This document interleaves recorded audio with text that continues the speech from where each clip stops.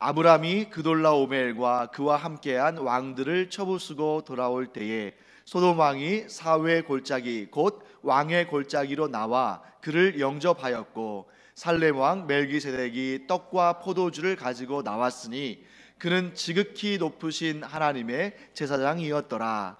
그가 아브람에게 축복하여 이르되, 천지의 주제이시오 지극히 높으신 하나님이여 아브람에게 복을 주옵소서.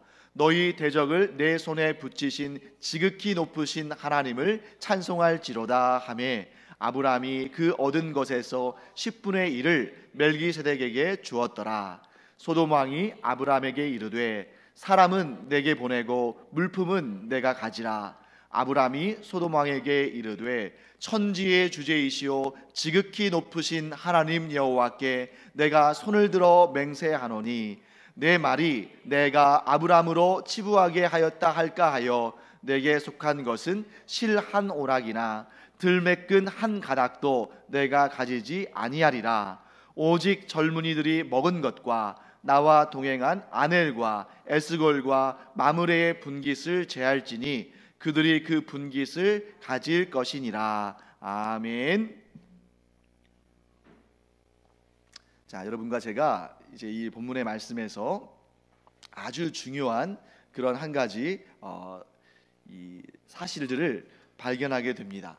그것이 뭐냐면, 이 본문의 말씀에 우리가 상당히 궁금해하는 그러한 인물이 등장하죠. 자, 여러분 이 본문의 말씀 보시면서 여러분들에게 가장 궁금한 사람 누굽니까?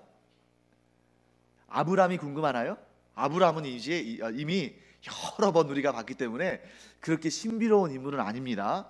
물론 여기 처음 나오는 소돔왕, 물론 이제 이전에 소돔왕 얘기가 나왔습니다만 소돔왕의 대사는 처음 나오죠. 소돔왕이 좀 궁금할 수도 있습니다만 아마 제 생각에는 여러분들이 가장 궁금해하시는 분은 멜기세덱일 것 같아요. 성경 전체에서 가장 신비로운 인물, 우리가 그렇게 신비로운 사람들을 가리켜서 뭐라고 부르냐면 베일에 쌓여 있다 이렇게 얘기하잖아요.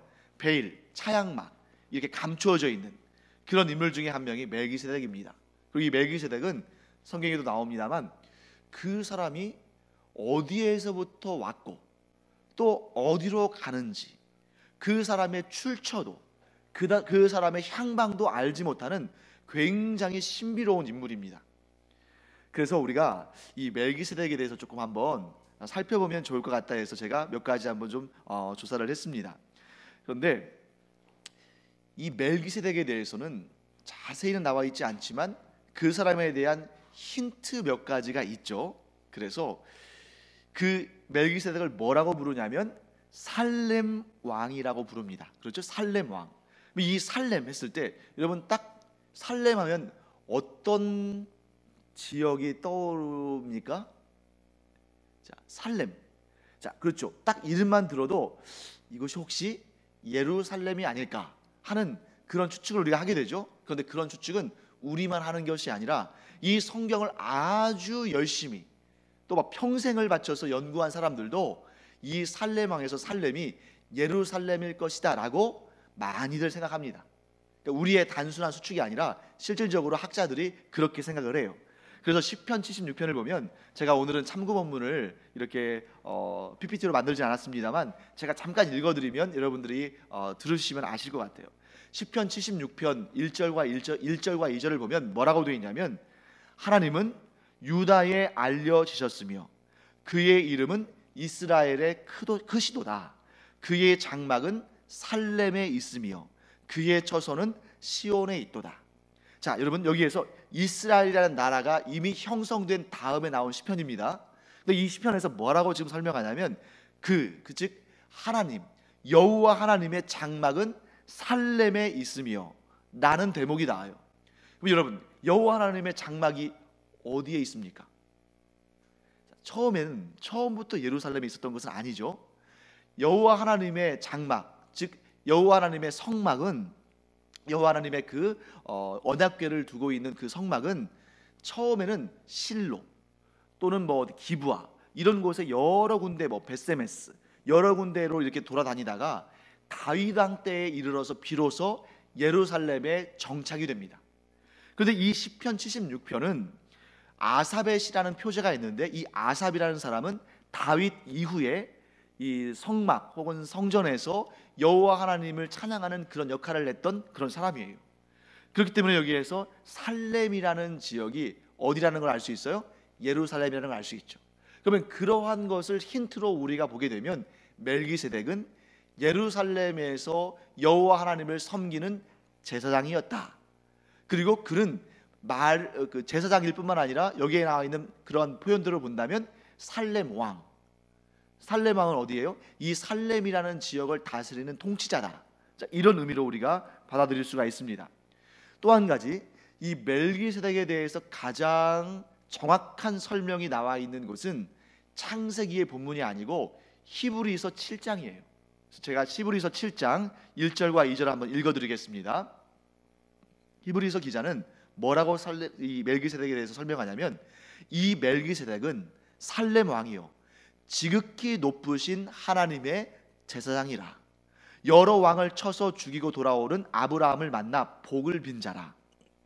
아브라함이 모든 것의 10분의 1을 그에게 나누어 주니라. 그 이름을 해석하면, 여기부터가 중요하겠죠? 그 이름을 해석하면 먼저는 의의 왕이요 그 다음은 살렘 왕이니 곧 평강의 왕이요, 이렇게 되어 있어요. 그러니까 여러분, 여기에서 두 가지 가능성을 우리가 보게 되는 것입니다. 뭐냐면, 아까 우리가 살렘이라는 이런 곳을, 살렘이라는 표현을 시편의 표현대로 그것을 예루살렘으로 본다면, 이 멜기세덱은 어디를 통치하는 사람인 거예요? 예루살렘 지역을 통치하는 사람이에요. 예루살렘 지역을 통치하는 왕이든지 혹은 그 지역의 실권자든지 이러한 사람입니다. 그런데 히브리서의 내용을 따라서 본다면 살렘 왕이니 곧 평강의 왕이요 라고 표현되어 있는데, 이 살렘의 의미가 평강이라는 것을 알 수 있죠. 이 두 가지를 종합해 보면 이런 결론을 내릴 수 있을 것 같습니다. 이 멜기세덱이 보통 사람은 아니었던 거예요. 보통 사람이 아니고, 이 당시는 아직 이스라엘이라는 나라가 형성되기 이전이기 때문에 아마도 몇몇 이렇게 군데군데 작은 도시국가들이 존재했을 가능성이 큽니다. 우리가 그런 예를 어디에서 볼 수 있냐면, 여러분 블레셋 아시죠? 골리앗 장수가 있었던 블레셋이라는 나라는 5개의 작은 도시국가들의 연합체였어요. 그래서 거기에 가드도 있고 뭐 아스글론도 있고 가사도 있고, 이러한 5개의 그 지역들의 5명의 왕이 있었는데 그들이 연합해서 하나의 국가를 형성하는 겁니다. 그러니까 우리가 이렇게 알 수 있겠죠. 가나안 지역에 여러 작은 소도시 국가들이 있는데, 그런 국가들 가운데에 이 예루살렘 지역을 다스리던 사람이 있고, 그 사람이 누군가요? 멜기세덱인데, 이 사람은 아주 독특하게 그의 이름에서도 나오는 듯이 평강의 왕이라는, 의의 왕이라는 그런 평가를 받는 아주 존귀한 사람인데, 이 사람이 정치적으로는 지도자, 즉 왕으로서 사역하지만 종교적으로는, 영적으로는 지극히 높으신 하나님의 제사장으로서 사역을 했다라고 우리는 정리할 수 있을 거예요. 오늘날에도 그런 모습들 많이 보죠. 뭐냐면 종교 지도자가 그 지역의 정치적인 지도자를 겸하는 정교 일치의 국가들이 있습니다.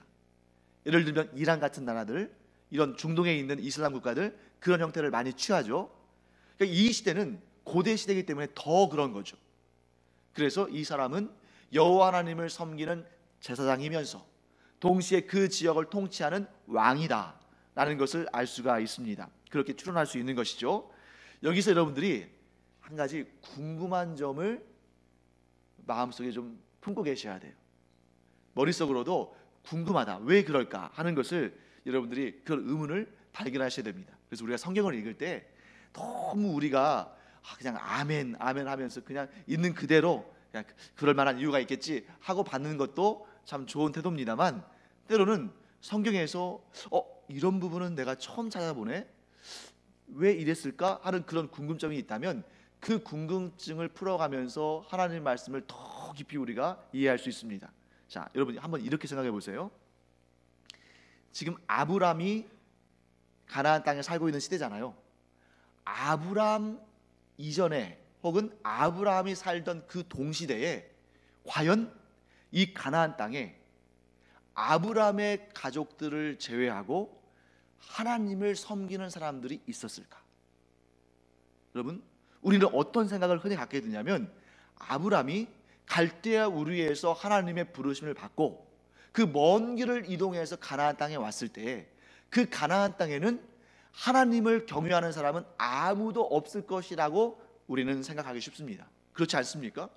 오직 아브람과 사라, 여기서는 이제 사레죠. 아브람과 사레, 이 두 사람만, 또 거기다가 또 한 명 더 끼워준다면 롯 정도, 이 사람만 이 가나안 땅에서 하나님을 경배하고 하나님을 섬기는 사람들이지 그 외 사람들은 전부 우상을 섬기는 다신주의의 사람들이라고 우리는 생각하기가 쉬운데, 갑자기 멜기세덱이라는 사람이 나온 거예요. 그리고 그에 대해서 뭐라고 호칭을 붙이고 있습니까? 여호와 하나님의 거룩한 제사장이다. 이런 칭호가 붙을 때 당황해야죠. 안 하면 이상한 거죠. 왜냐하면 우리는 아브라함과 사레와 또 롯 몇 명만 하나님을 경외하고 있을 거라고 생각하는데, 자, 여기 여러분, 그런데 여러분, 우리가 이 문제를 앞두고 이렇게 반문해 볼 수 있습니다. 여러분, 하나님을 아는 사람들이 대대로 이어졌어요. 맨 처음에 인류인 아담과 하와 때부터 하나님은 섬김을 받고, 또 그의 아들 또 셋 때부터 여호와 하나님께 예배를 드리고 여호와 하나님의 이름을 불렀다고 되어 있어요. 그러니까 계속 그 후손들이 이렇게 여호와 하나님을 섬기다가 아주 결정적인 계기에 여호와 하나님을 섬기는 사람들은 극소수가 되고 세상을 섬기고 죄를 따라가는 사람들이 이 땅에 관영하게 됩니다. 그때가 어느 때예요? 노아의 때죠. 그래서 하나님께서 노아의 가족들 8명만 빼놓고 나머지를 전부 어떻게 하십니까? 물로, 홍수로 심판하십니다. 그러면 그때로부터 인류의 역사가 다시 시작하는데, 그 다시 시작하는 그때에는 복음화율이 몇 퍼센트인 거예요? 100%죠. 홍수의 심판 이후에 살아남은 8명은 다 하나님을 아는 사람들이고 하나님의 역사를 경험한 사람들이에요. 그러니까 하나님께서 하나님을 알고 하나님을 경배하는 자들로 인류의 역사를 다시 시작하셨습니다. 그러니까 그들로부터 계속 또 여호와 하나님을 섬기는 신앙들이 이어졌겠죠. 그러다가 또 결정적인 사건이 생깁니다. 그게 어떤 사건이에요? 창세기 11장에 나오는 바벨탑 사건이에요. 그러면 그 당대에, 죄악이 관영한 그 당대에 하나님을 경외하고 하나님을 섬기는 사람이 없었을까? 혹 그 당대에 하나님을 섬기는 사람이 없었다 할지라도 우리는 분명한 사실을 알게 됩니다. 사람의 눈에는, 사람의 마음에는 하나님을 섬기는 사람들이 없어 보일지 모르지만 하나님은 항상 하나님을 경외하는 사람들을 지켜 보호하시고 그 명맥이 이어지도록 하나님께서 역사하신다는 거죠. 자, 우리가 그걸 어디서 알 수 있냐면, 엘리야 선지자 아시죠?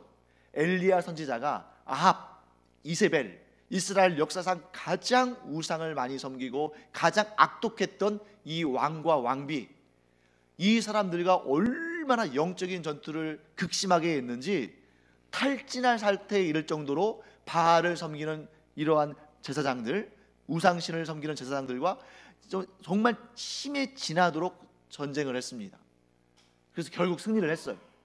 그런데 너무 탈진하면서 엘리야가 살짝 시험에 들 만한 상태에 처했습니다. 그때 엘리야가 하나님께 뭐라고 항변하냐면, 하나님, 어떻게 이런 일이 있을 수 있습니까? 이 땅에 여호와 하나님을 따르는 자는 저 한 사람밖에 남지 않았습니다 라고 하나님 앞에 하소연을 했습니다. 그때 하나님께서 뭐라고 말씀하십니까? 엘리야에게, 그렇지 않다. 내가 바알에게 무릎을 꿇지 않은 경건한 사람들을 몇 명?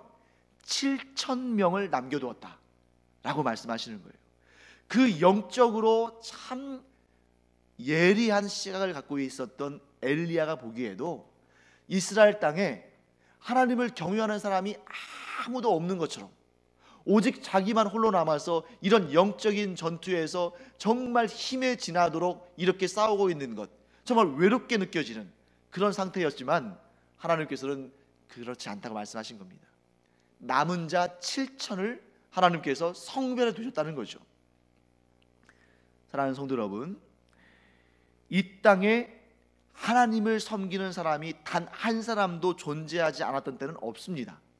만일 그랬다면 하나님께서 세상을 보존하실 이유가 아무런 근거도 없고 그런 이유도 없으셨을 거예요. 오직 하나님을 경외하는 사람이 있기 때문에 하나님께서 이 땅을 보존해 주시는 것입니다. 이 제주 땅이 우상으로 이렇게 정말 만연하고 우상을 섬기는 사람들이 이렇게 많지만, 그럼에도 불구하고 하나님께서 이 제주 땅을 사랑하시는 이유는 이 땅에 하나님을 경외하는 사람들이 있기 때문이에요. 이 땅에 소망이 있는 이유는 무엇입니까? 하나님을 사랑하고 그리스도의 복음을 소중히 여기며 그 복음을 전파하고자 하는 사람들이 있기 때문에 이 땅에 소망이 있는 줄로 믿습니다. 그래서 아브라함의 시대에 이미 멜기세덱이 있었고, 또 여러분, 우리가 성경의 인물들 가운데 이 시대와 거의 같은 시대에 하나님을 경외하는 사람이 또 있었던 걸 알게 돼요. 그게 누굴까요? 욥입니다. 여러분, 욥이 저 뒤쪽에 구약 성경 한 중간쯤에 가 있으니까 여러분들이 우리가 흔히 욥은 한참 후대 인물이다 라고 생각할지 모르지만, 욥은 아브람과 이삭과 야곱의 시대에 살아가던 믿음의 사람이었어요. 그가 살던 그 우스 땅이 어딘지 정확히는 사람들이 알지 못하지만 대략적으로 가나안 땅 주변에 있는 중동 지역의 한 지역이라고 대부분 학자들은 의견에 일치를 합니다. 그리고 왜 욥을 이 아브람과 이삭과 야곱, 이 이스라엘의 족장 시대에 살았던 인물로 여기냐면, 욥기를 자세히 살펴보면 거기에 나와 있는 문화적인 내용들이 드러나는데, 그때 욥이 사용하는, 그 당대에 사용하는 화폐의 단위가 나와요. 그 화폐의 단위가 아브람, 이삭, 야곱 그 고대 시대에 사용했던 화폐 단위와 일치를 합니다. 그러면서 지금 대다수의 학자들은 욥을 아브라함 시대 혹은 아브라함 시대에서 살짝 전후로 이렇게 파악하는 그런 모습을 보게 되는 거죠. 그렇기 때문에 여러분, 우리는 아브라함 한 사람, 그 한 가정만 하나님을 경외했다고 생각할지 모르지만, 하나님은 어디든지 하나님을 경외하는 자를 얼마든지 남겨놓으시고 보존하실 수 있는 거예요. 자, 또 한 가지, 멜기세덱을 향해서 성경이 지금 뭐라고 언급하냐면 하나님을 섬기는 제사장이다라고 말했죠. 그렇게 성경은 지금 말씀하고 있잖아요. 그럼 여러분 생각해 보세요. 하나님을 경외하고 하나님을 섬기는 사람들이 없는데 제사장이 존재할 수 있을까요? 자, 제사장이 존재하고 하나님을 경외하는 사람들이 존재할까요? 아니면 하나님을 섬기는 사람들이 있기 때문에 하나님께서 제사장을 두셨을까요? 후자죠. 하나님을 섬기는 사람들이 있으니까 그들의 영적인 유익을 위해서 하나님께서 그들을 이끌어가고 그들을 지도하고 그들에게 하나님의 은혜를 입혀줄 제사장을 두신 것입니다. 그 얘기는 뭘 의미하냐면, 멜기세덱이 하나님의 제사장으로 이 땅에 있을 때에 그 한 사람만 하나님을 경외하는 사람이라고 볼 수는 없다는 거예요. 그와 함께 하나님께 제사를 드리고 그와 함께 하나님을 섬기는 사람들이 그 땅에 있었을 가능성을 우리는 충분히 추론할 수 있다 하는 것을 보게 되는 것입니다. 자, 여기까지 해가지고 우리가 좀 정리를 했고요. 그 다음에 또 의문을 가질 내용들이 있어요. 그게 뭐냐면, 자, 이 본문의 내용 가운데 멜기세덱과 관련해서 두 가지 중요한 제도가 등장합니다. 그게 뭐냐면, 첫째는 제사장이라는 직분이 등장해요. 우리가 방금 전에 살펴봤죠. 두 번째는 11조가 등장합니다. 그래서 어떤 분들은 제사장도 11조도 율법에 의해서 만들어진 제도라고 생각하는데 그건 잘못된 거예요. 오히려 우리는 어떻게 생각해야 되냐면, 원래부터 하나님을 섬기는 방식으로 존재하던 것들을 하나님께서 율법을 제정하심으로 이스라엘이라는 나라 안에서 이것이 어겨지지 않고 계속적으로 지켜질 수 있도록 하나님께서 이것을 확정하신 것이죠. 그래서 율법이 있고 그 다음에 제사장과 또 여기 나오는 그런 11조가 존재한 것이 아니라 이런 하나님을 경외하는 방식들은 이미 있었던 거죠.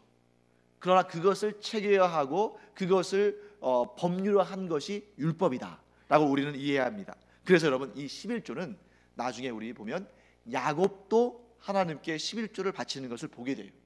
그래서 하나님께서 이런 11조의 방식, 또 제사장 제도, 즉 그들의 영적인 유익을 위해서 그들을 이끌어가고 지도하고 그들을 인도하는 그러한 제사장의 그런 어떤 직분들을 하나님께서는 이미 율법 이전에 만들어 놓으셨다는 것입니다.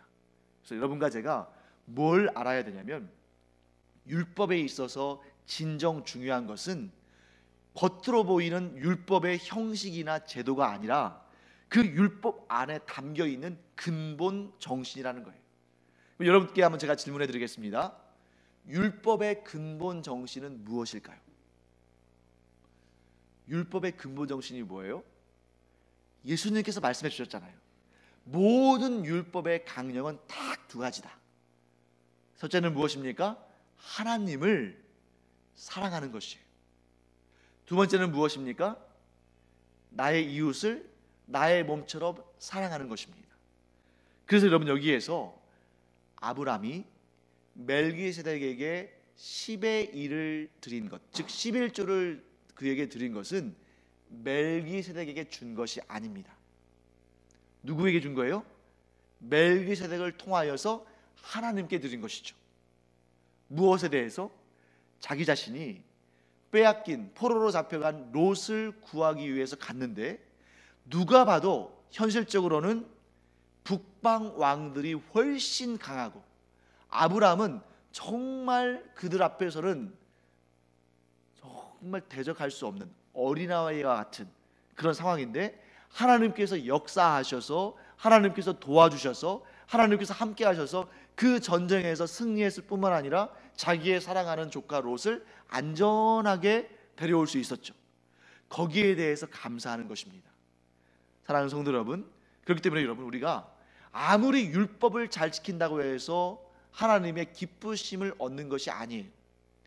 우리가 하나님의 기쁘심이 되려면 어떻게 해야 됩니까? 그 율법의 근본 정신, 내가 이 율법적인 행위를 함으로 말미암아 이것이 나에게 의가 될 것이다, 이런 마음이 아니라 나의 이 율법을 지켜 행하는 행위가, 하나님의 말씀에 순종하는 행위가 하나님께 기쁘심이 되었으면 좋겠다 하는 마음으로 우리는 이 율법을 또 지키기도 하고 하나님의 뜻에 순종해야 되는 것입니다. 자, 이렇게 멜기세덱에 대해서 나온 다음에 이 성경의 본문은 의도적으로 그 다음에 누구를 보여주냐면 소돔왕을 보여주고 있어요. 자, 멜기세덱은 어떻게 했냐면, 자, 여러분, 멜기세덱은 아브라함을 만난 다음에 하나님께서 주시는 신령한 복을 빌어줬어요. 멜기세덱이 아브라함에게 준 것은 사실 떡과 포도주. 왜 떡과 포도주를 줬겠습니까? 아브라함을 사랑하는 마음으로 지금 그 전투를 마치고 돌아온 아브라함과 그 일행들이 얼마나 배가 고팠겠어요. 그에게 떡과 포도주를 줍니다. 그런데 그것으로 그치지 않고 하나님께서 아브라함을 향해서 복을 주시기를 바라면서 그를 축복했어요. 즉 멜기세덱이 준 것은 신령한 복을 주었습니다. 그런데 그 다음에 만나는 소돔왕은 무엇을 주려고 하냐면 세상의 복을 주겠다고 말하고 있어요. 그 세상의 복이 무엇입니까? 네가 다시 가져온, 다시 회복시켜온 그 물품은 네가 갖고 사람은 나에게 넘겨라, 이렇게 말하는 것입니다. 소돔왕이 그렇게 말할 때에는 자기 나름대로는 그 아브라함을 최대한 배려했다고 생각한 거예요. 왜냐하면 모든 사람은 자기의 가치관을 가지고 생각합니다. 지금 아브라함이 자기의 백성들을 데리고 왔잖아요. 그때 그럼 아브라함에게 상으로 뭘 줄까? 그래서 뭐 생각하면서 자기에게 가장 좋은 것을 그에게도 주면 그도 좋아하겠지. 소돔왕은 뭘 좋아하는 사람입니까? 돈을 좋아하는 사람이고 물질을 좋아하는 사람이에요. 그러니까 생색을 내는 겁니다. 아브라함아, 네가 원하는 것도 이것이지. 그러니까 물건은 네가 가져가. 그런데 사람들은 나한테 보내. 소돔왕이 사람들을 사랑해서 자기에게 보내라고 말하는 것이 아닙니다. 소돔왕에게는 사람들도 물건으로 보이는 거예요. 사람들도 물질로 보이는 것입니다. 그런데 지금 이 물건을 저울질하면서, 자, 아브라함이 되찾아온 물건들이 더 무게감이 있을까요? 아니면 아브라함이 찾아온 사람들이 더 무게감이 있을까요? 사람들이겠죠. 아브라함은 사람들을 사랑하기 때문에 그런 마음을 가졌지만 소돔왕의 머릿속에는, 제 생각에는 이 소돔을 설명할 때마다 늘 죄악이 관영한 곳이라고 성경은 계속 반복적으로 말씀하셨잖아요.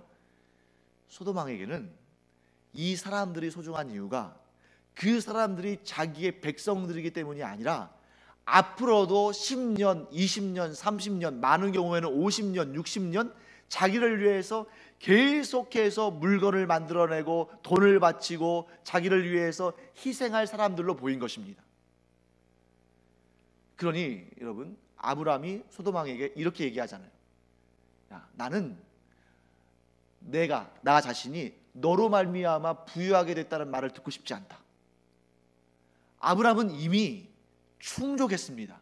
무엇으로 충족했습니까? 멜기세덱이 빌어준 그 신령한 복들만으로도 이미 가득 차고 그 잔이 넘치고 있어요.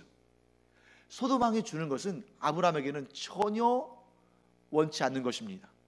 그것은 아브라함이 갈급해하는 것이 아니에요. 아브라함은 항상 하나님을 갈급해하고 하나님께서 주시는 그런 신령한 은혜들을 갈급해하는 사람입니다. 그런데 소돔왕은 모든 것을 물질로 보는 거죠. 그 사람들, 이 포로로 잡혀갔다가 다시 돌아온 사람들 소돔왕이 데려가면 뭐 할까요? 어떻게 해서든지 간에 그 사람들을 평소보다 2배, 3배씩 더 일을 하게 만들고 노동력을 착취하고 하면서 이 전쟁 때문에 빼앗겼던 것들, 손해봤던 것들을 어떻게 해서든지 회복하려고, 아니 그 이전보다 더 많은 것을 착복하려고 더 그렇게 애를 썼겠죠. 사랑하는 성도 여러분, 우린 여기에서 멜기세덱과 소돔왕 사이의 결정적인 차이를 발견합니다. 그것이 뭐냐면 우리의 가치관은 무엇인가? 우리의 가치관, 우리가 가장 소중하게 여기는 그 가치는 무엇인가? 많은 사람들이 돈을 합니다. 여기 나오는 소돔왕처럼.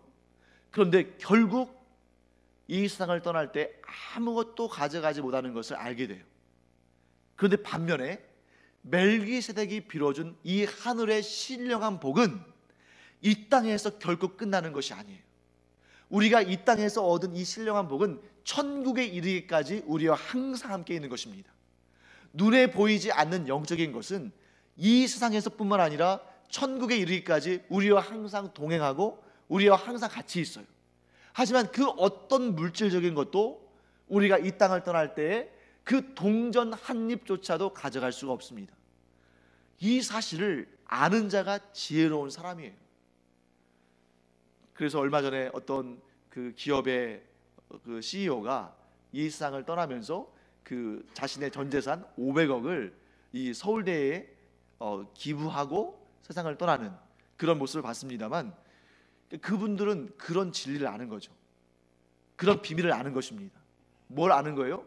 500억이 아니라 5천억, 뭐 5조 원이 된다 할지라도 그 중에 단 하나도 죽을 때 가져갈 수 없다는 걸 아는 거예요. 그러니까 오히려 이거를 어차피 내가 가져가지 못한다면 소중하게 쓰임받도록 하자 하는 그런 마음을 갖는 것이죠. 사랑하는 성도 여러분, 여러분과 저는 재물을 땅에 쌓아놓는 사람이 아니라 재물을 하늘에 쌓아놓는 하나님의 신령한 사람들 되기를 간절히 축원합니다. 그래서 하나도 쓰지 말고 무조건 헌금하라 이런 얘기가 아니에요. 하나님께서 기뻐하시는 일에 사용하는 것이 곧 이 물질을 가장 신령하게 사용하는 것이고, 하나님은 그런 자를 복되다 하시며 하나님의 나라에 이미 놀라운 영원한 상급들을 쌓아놓고 계신 줄 믿습니다. 멜기세덱처럼 우리가 신령한 복을 축복하고, 또한 아브람처럼 그 신령한 복을 받는 것을 기뻐하는 여러분과 제가 되기를 간절히 축원합니다. 물론 이 땅에서 우리가 돈이 필요하고 집이 필요하고 옷이 필요하고 음식이 필요한 것 하나님께서 다 아셔요. 너희들 그것 없어도 살 수 있다라고 말씀하지 않으십니다. 그런데 뭐라고 말씀하십니까? 먼저 그의 나라와 그의 의를 구하라.